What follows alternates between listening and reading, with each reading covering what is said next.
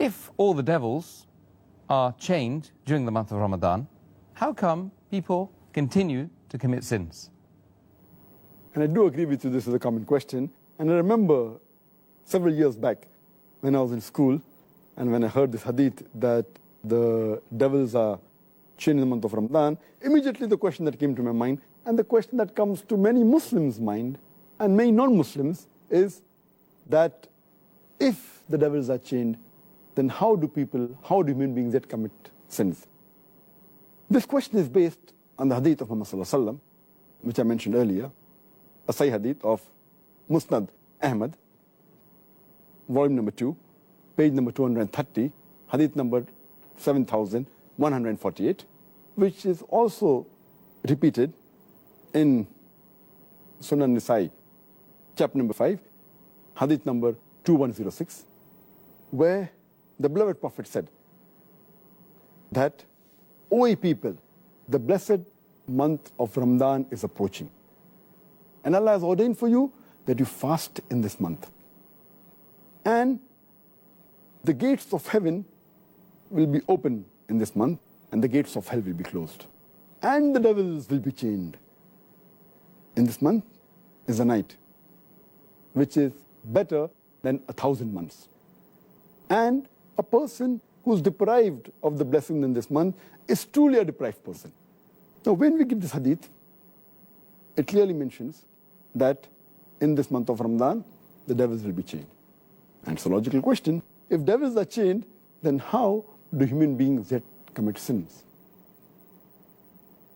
To make the people understand, we have to realize that when the devils are chained, it does not mean that the devils are slain.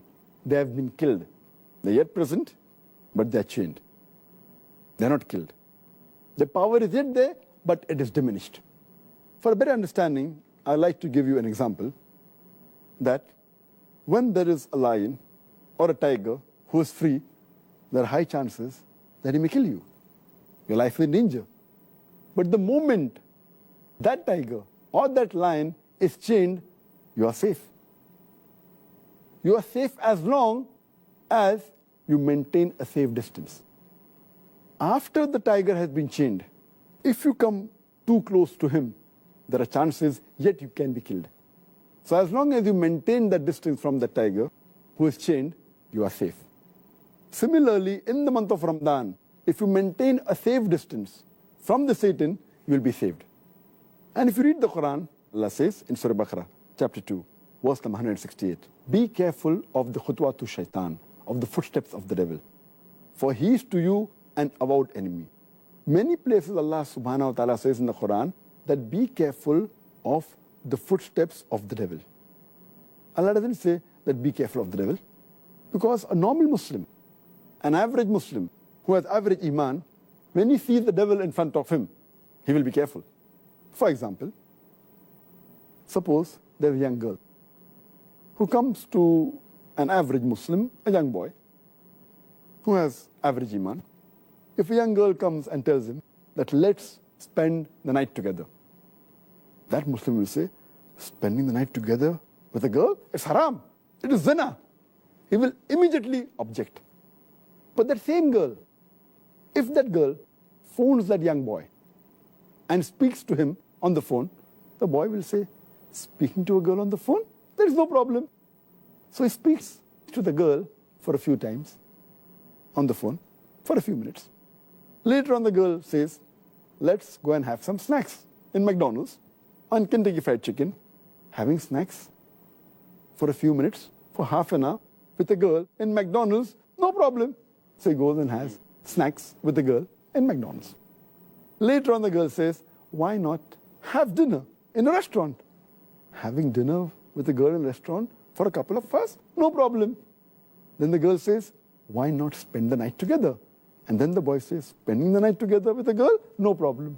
So this is khutwatu shaitan, footsteps of the devil. This is not mentioned in the Quran, this is just my own example. So what Allah warns us is that be careful of the khutwatu shaitan, the footsteps of the devil. If the devil comes directly in front of an average Muslim who has iman, he will abstain. He will run away from it. But the khutwatu shaitan are the things which are dangerous.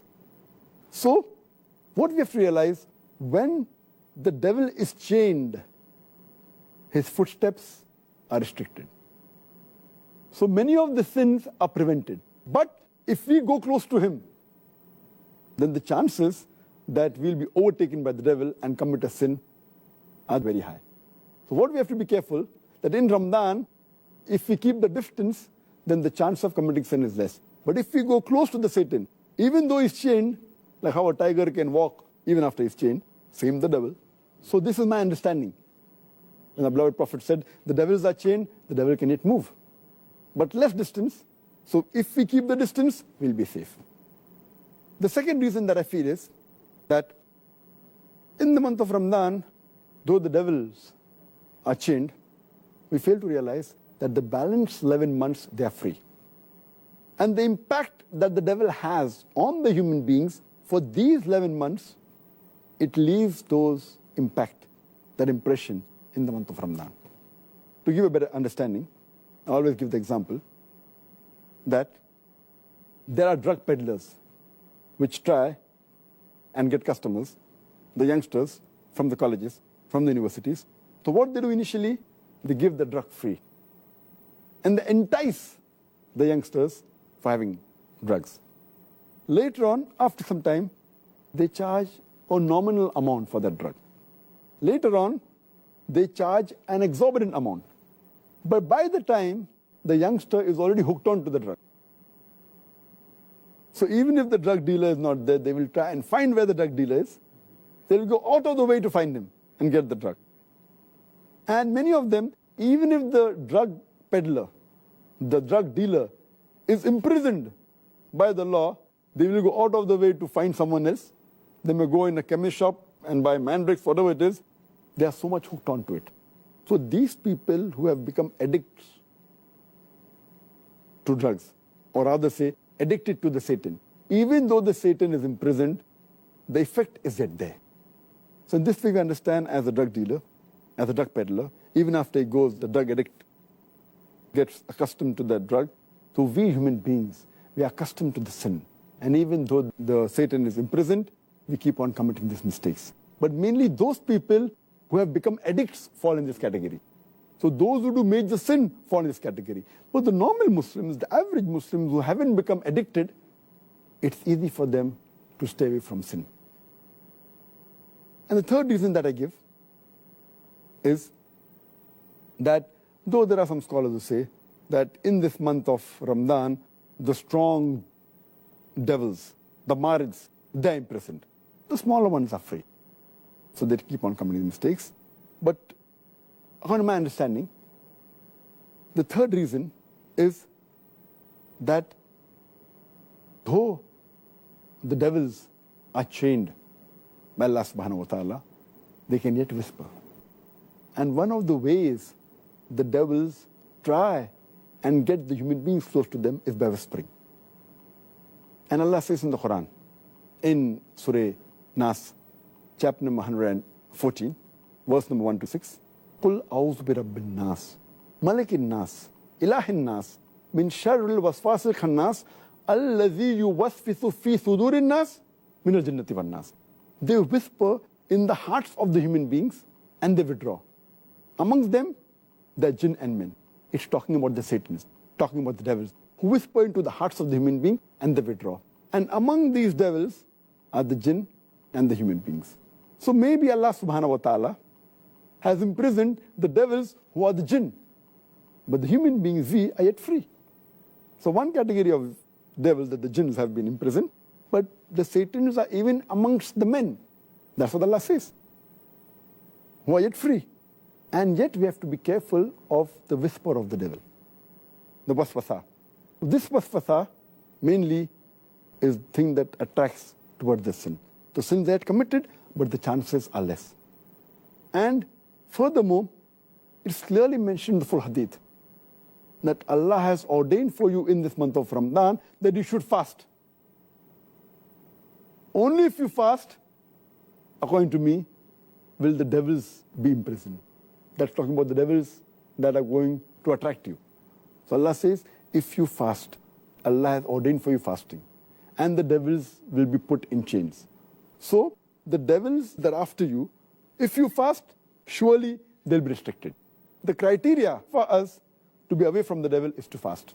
If you fast with the proper niyyah, seeking the reward of Allah subhanahu wa ta'ala, surely the devil will not be able to entice you.